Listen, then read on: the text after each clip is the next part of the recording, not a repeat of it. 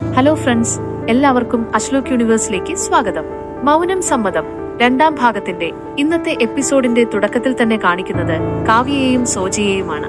കാവ്യയോട് ഇന്നത്തെ ദിവസത്തിന്റെ പ്രത്യേകതയെക്കുറിച്ച് സോജ സംസാരിക്കുകയാണ്. ഇന്ന് നിന്റെ ചെറിയമ്മയുടെയും ചെറിയച്ഛന്റെയും, അതായത് ആശയുടെയും അശോകന്റെയും വെഡ്ഡിംഗ് ആനിവേഴ്സറി ആണെന്നും നമുക്ക് അവരെ വിളിച്ച് വിഷ് ചെയ്താലോ എന്നും സോജ ചോദിക്കുന്നു. അങ്ങനെ അവരെ വിളിക്കാൻ വേണ്ടി ഫോൺ എടുക്കുമ്പോഴാണ് സോജയുടെ അമ്മ വന്ന് അത് തടയുന്നത്. നിനക്കെന്താ വട്ടായോ എന്ന് ചോദിച്ചുകൊണ്ട് അമ്മ സോജയെ ശകാരിക്കുകയാണ്. മുൻപ് അവർ ഇവിടെ ഉണ്ടായിരുന്നപ്പോൾ ഈ വീട്ടിൽ നിനക്ക് യാതൊരു വിലയും ഉണ്ടായിരുന്നില്ലെന്നും ഇപ്പോൾ അവർ ഇല്ലാത്തതുകൊണ്ടാണ് നിരഞ്ജൻ നിന്നെ ഇത്ര വലിയ കാര്യമായി കാണുന്നതെന്നും അമ്മ ഓർമ്മിപ്പിക്കുന്നു. അവരുടെ കാര്യത്തിൽ ഇടപെടരുതെന്ന് പറഞ്ഞ് അമ്മ സോജയെ തടയുന്നത് കേട്ട് അവിടെ വന്ന കാവ്യമോൾ ദേഷ്യപ്പെട്ട് സോജയുടെ അമ്മയുടെ കയ്യിൽ കടിക്കുന്നുണ്ട്. തന്റെ അമ്മയോട് ചെറിയമ്മയെക്കുറിച്ച് മോശമായി സംസാരിച്ചാൽ അച്ഛനോട് പറഞ്ഞു കൊടുക്കുമെന്ന് ആ കൊച്ചുമിടുക്കി ഭീഷണിപ്പെടുത്തുന്നു. ഒടുവിൽ ഒരു വിധത്തിലാണ് സോജ കാവ്യമോളെ പറഞ്ഞു മനസ്സിലാക്കി അവിടുന്ന് മാറ്റുന്നത്. പിന്നീട് കാണിക്കുന്നത് ഭരണിനെയാണ്. ഭരത് തന്റെ ഓഫീസിലിരുന്ന് അച്ഛൻ അശോകനെ കുറിച്ച് പറഞ്ഞ കാര്യങ്ങൾ ഓർത്ത് അസ്വസ്ഥനാവുകയാണ്. അച്ഛൻ ഇപ്പോഴും അശോകനെ കുറിച്ച് മാത്രമാണ് ചിന്തിക്കാനുള്ളതെന്നും തന്നെക്കുറിച്ച് യാതൊരു ചിന്തയുമില്ലെന്നും ഭരത് തിരിച്ചറിയുന്നു. താൻ എന്ത് ചെയ്താലും അച്ഛൻ അത് കാര്യമാക്കുന്നില്ല, അതുകൊണ്ട് ഇങ്ങനെ വിചാരിച്ചിട്ട് കാര്യമില്ലെന്നും ഇതിനെതിരെ എന്തെങ്കിലും ചെയ്തേ പറ്റൂ എന്നും ഭരത് ഉറപ്പിക്കുന്നു. തുടർന്ന് ഭരത് തന്റെ ഫോണിൽ ആരോടോ ഒരു ന്യൂസ് റിപ്പോർട്ട് ചെയ്യുന്നതിനെ കുറിച്ച് ഗൂഢമായി സംസാരിക്കുന്നത് നമുക്ക് കാണാം. ഇതേ സമയം ജ്യോതി സോജയെ ഫോണിൽ വിളിക്കുന്നുണ്ട്.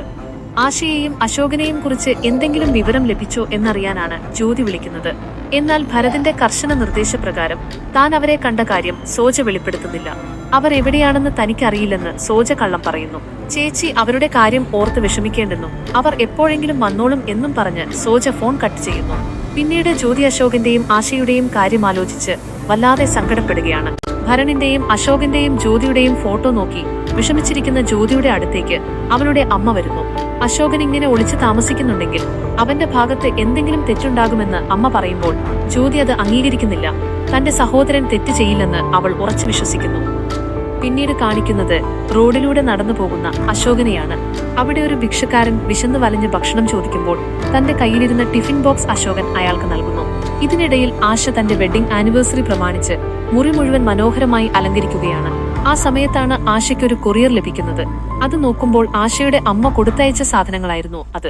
അശോകനാകട്ടെ ജോലിക്ക് വേണ്ടി പലയിടത്തും അപേക്ഷ നൽകുന്നുണ്ടെങ്കിലും ആരും അവനെ ജോലിക്കെടുക്കുന്നില്ല. ആ വിഷമത്തിനിടയിൽ നിരഞ്ജൻ പണ്ടു പറഞ്ഞ വാചകങ്ങൾ അശോകന്റെ മനസ്സിലേക്ക് വരുന്നു. തന്റെ പേര് അശോകന്റെ പേരിനൊപ്പം ഇല്ലാതായാൽ പിന്നെ അശോകന് ഈ ലോകത്ത് യാതൊരു വിലയും ഉണ്ടാവില്ലെന്ന നിരഞ്ജന്റെ വാക്കുകൾ അശോകനെ വല്ലാതെ തളർത്തുന്നു. മുറിയിലേക്ക് വന്ന ആശ അമ്മ കൊടുത്തയച്ച സാധനങ്ങൾ ഓരോന്നായി എടുത്തു നോക്കുകയാണ്. അമ്മയുടെ സ്നേഹം കണ്ട് അവൾക്ക് ഒരുപാട് സന്തോഷവും ഒപ്പം സങ്കടവും വരുന്നു. ഒരു മകൾ എത്ര വളർന്നാലും അമ്മയുടെ മനസ്സിൽ അവൾ എപ്പോഴും ഒരു കൊച്ചു കുട്ടിയാണെന്ന് ആശയ്ക്ക് തോന്നുന്നു. കാരണം ആശയ്ക്ക് ഏറ്റവും ഇഷ്ടപ്പെട്ട അച്ചാറും ഉപ്പിലിട്ടതും പുതിയ വസ്ത്രങ്ങളുമെല്ലാം ആ പെട്ടിയിലുണ്ടായിരുന്നു.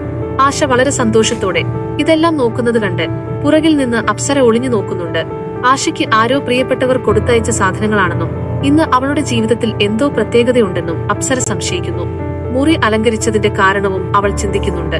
ഇതിനിടയിൽ ആശ ഭക്ഷണം കഴിക്കാനിരിക്കുമ്പോഴാണ് ആനിവേഴ്സറി ദിനത്തിൽ ഒരു പൂവ് പോലുമില്ലാതെ എങ്ങനെയാണ് അശോകനെ വിഷ് ചെയ്യുക എന്നോർക്കുന്നത്. ഉടനെ പൂവ് വാങ്ങാനായി എടുത്തുവെച്ച പൂരിയും ബജിയും അവിടെ തന്നെ വെച്ച് ആശ പുറത്തേക്ക് പോകുന്നു. ആ സമയം അപ്സരയുടെ മകൻ വിശന്നു വരികയും അപ്സര ഉണ്ടാക്കിയ ഭക്ഷണം വേണ്ടെന്ന് വാശി പിടിക്കുകയും ചെയ്യുന്നു. ആശയുടെ റൂമിലിരിക്കുന്ന പൂരിയും ബജിയും കണ്ട മകന് വേണ്ടി അപ്സര അത് മോഷ്ടിച്ചെടുത്ത് നൽകുകയാണ്. ആശ പുറത്തുപോയി അശോകനെ വിളിക്കാൻ ശ്രമിക്കുന്നുണ്ടെങ്കിലും മാനസികമായി തളർന്നിരിക്കുന്ന അശോകൻ ഫോൺ എടുക്കുന്നില്ല. ഇത് ആശയെ ആകെ ടെൻഷനിലാക്കുന്നു.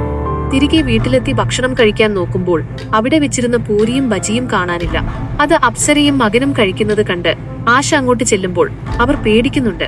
എന്നാൽ ആശ ദേഷ്യപ്പെടുന്നതിന് പകരം തന്റെ കയ്യിലുണ്ടായിരുന്ന അച്ചാർ കൂടി ആ കുട്ടിക്ക് നൽകുകയാണ് ചെയ്യുന്നത്. ഭക്ഷണം വേണമെങ്കിൽ മോഷ്ടിക്കുകയല്ല വേണ്ടതെന്നും തന്നോട് ചോദിച്ചാൽ മതിയായിരുന്നുവെന്നും ആശ പറയുന്നു. അമ്മയുണ്ടാക്കുന്ന ഭക്ഷണം ഇഷ്ടമല്ലെങ്കിൽ താൻ ഭക്ഷണം ഉണ്ടാക്കി തരാമെന്ന് ആശ മകനോട് പറയുമ്പോൾ അപ്സരയ്ക്ക് അത് വലിയ ദേഷ്യമുണ്ടാക്കുന്നു. തന്റെ മകന് ഭക്ഷണം ഉണ്ടാക്കി കൊടുക്കാൻ തനിക്കറിയാമെന്ന് അപ്സര മറുപടി പറയുന്നു. എന്നാൽ അത് മൈൻഡ് ചെയ്യാതെ ആശ തന്റെ മുറിയിലേക്ക് പോകുന്നു. തന്റെ ഏക ആഹാരമാണ് അവർ കഴിച്ചതെങ്കിലും അമ്മ അയച്ചു തന്ന സാധനങ്ങൾ കഴിച്ച് വിശപ്പടക്കാമെന്ന് ആശ കരുതുന്നു. എപ്പിസോഡിന്റെ മറ്റൊരു വശത്ത് നിരഞ്ജൻ അമ്പലത്തിൽ പൂജയ്ക്കായി എത്തുന്നതാണ് കാണിക്കുന്നത്. അശോകൻ പോയതിന്റെ വിഷമത്തിൽ ചെരുപ്പ് പോലും ധരിക്കാതെയാണ് അദ്ദേഹം വരുന്നത്. അതേസമയം അഞ്ജലിയും മക്കളുടെ സമാധാനത്തിനായി പ്രാർത്ഥിക്കാൻ അവിടെ എത്തുന്നുണ്ട്. ഇരുവരും പരസ്പരം കാണുന്നില്ലെങ്കിലും അഞ്ജലിയുടെ സാന്നിധ്യം നിരഞ്ജന് അനുഭവപ്പെടുന്നു. അഞ്ജലി അവിടെ ഒളിച്ചുനിന്ന് നിരഞ്ജനെ ശ്രദ്ധിക്കുന്നുണ്ടായിരുന്നു. പ്രാർത്ഥന കഴിഞ്ഞ് മടങ്ങുന്ന നിരഞ്ജൻ വഴിയിൽ വെച്ച് ഒരു കുട്ടിയുമായി തട്ടുന്നു. ആ കുട്ടി പേടിച്ച് സോറി പറയുമ്പോൾ ദേഷ്യപ്പെടുന്നതിന് പകരം തന്റെ കയ്യിലുള്ള ലഡു നിരഞ്ജൻ ആ കുട്ടിക്ക് നൽകുന്നു. നിരഞ്ജന്റെ ഈ മാറ്റം കണ്ട് അഞ്ജലി ഞെട്ടിപ്പോകുന്നു. അശോകന്റെ വേർപാട് നിരഞ്ജനെ എത്രത്തോളം മാറ്റിയെന്നും അദ്ദേഹം എത്രത്തോളം സങ്കടത്തിലാണെന്നും അഞ്ജലി മനസ്സിലാക്കുന്നു. തുടർന്ന് അഞ്ജലിയും അശോകന്റെയും ആശയുടെയും നല്ല ജീവിതത്തിനായി പ്രാർത്ഥിക്കുന്നതോടെ ഇന്നത്തെ രംഗങ്ങൾ അവസാനിക്കുന്നു. വീട്ടിലെത്തിയ അഞ്ജലി തന്റെ അച്ഛനോടും അമ്മയോടും നിരഞ്ജനെ കണ്ട കാര്യവും അദ്ദേഹത്തിന് വന്ന മാറ്റത്തെക്കുറിച്ചും സംസാരിക്കുകയാണ്. അശോകൻ വീട് വിട്ടു പോയതിനു ശേഷം നിരഞ്ജന്റെ സ്വഭാവത്തിൽ വലിയ മാറ്റങ്ങൾ വന്നിട്ടുണ്ടെന്നും അദ്ദേഹം ഇപ്പോൾ ഒരു നല്ല മനുഷ്യനായി മാറിക്കൊണ്ടിരിക്കുകയാണെന്നും അഞ്ജലി വിശ്വസിക്കുന്നു. എന്നാൽ ഇത് കേട്ട അഞ്ജലിയുടെ അച്ഛൻ അത് സമ്മതിച്ചു കൊടുക്കുന്നില്ല.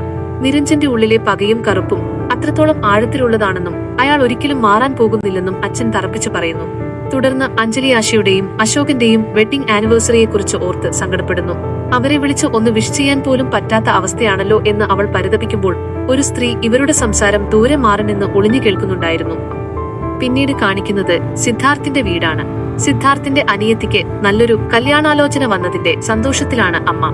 ഈ വിവരം ജ്യോതിയോട് പറയുമ്പോൾ അവളും ഒരുപാട് സന്തോഷിക്കുന്നു. സിദ്ധാർത്ഥിനോട് ഈ കാര്യം പറയണമെന്നും അവൻ ഒരുപാട് സന്തോഷിക്കുമെന്നും ജ്യോതി പറയുമ്പോൾ അമ്മ വീണ്ടും പഴയ കാര്യങ്ങൾ പറഞ്ഞ് അവളെ കുത്തി നോവിക്കുകയാണ്. ജ്യോതിയുടെ സഹോദരന്മാരെ കുറിച്ച് മോശമായി സംസാരിച്ചുകൊണ്ട് അമ്മ അവളെ വിഷമിപ്പിക്കുന്നു. തന്റെ ജീവിതത്തിൽ എന്തുകൊണ്ടാണ് ഇത്രയധികം പ്രശ്നങ്ങൾ വരുന്നതെന്നോർത്ത് ജ്യോതിയെല്ലാം ഉള്ളിലൊതുക്കി ക്ഷമയോടെ നിൽക്കുകയാണ്. മറുവശത്ത് വെഡിംഗ് ആനിവേഴ്സറി ആയിട്ടും അശോകൻ തന്നെ വിളിക്കാത്തതിലും ഫോൺ എടുക്കാത്തതിലും ആശയ്ക്ക് വലിയ പരാതിയുണ്ട്. അവൾ സങ്കടത്തോടെ അഞ്ജലിയെ വിളിക്കുന്നു. അഞ്ജലി അവർക്ക് ആശംസകൾ നേരുകയും സന്തോഷത്തോടെ ജീവിക്കാൻ അനുഗ്രഹിക്കുകയും ചെയ്യുന്നു.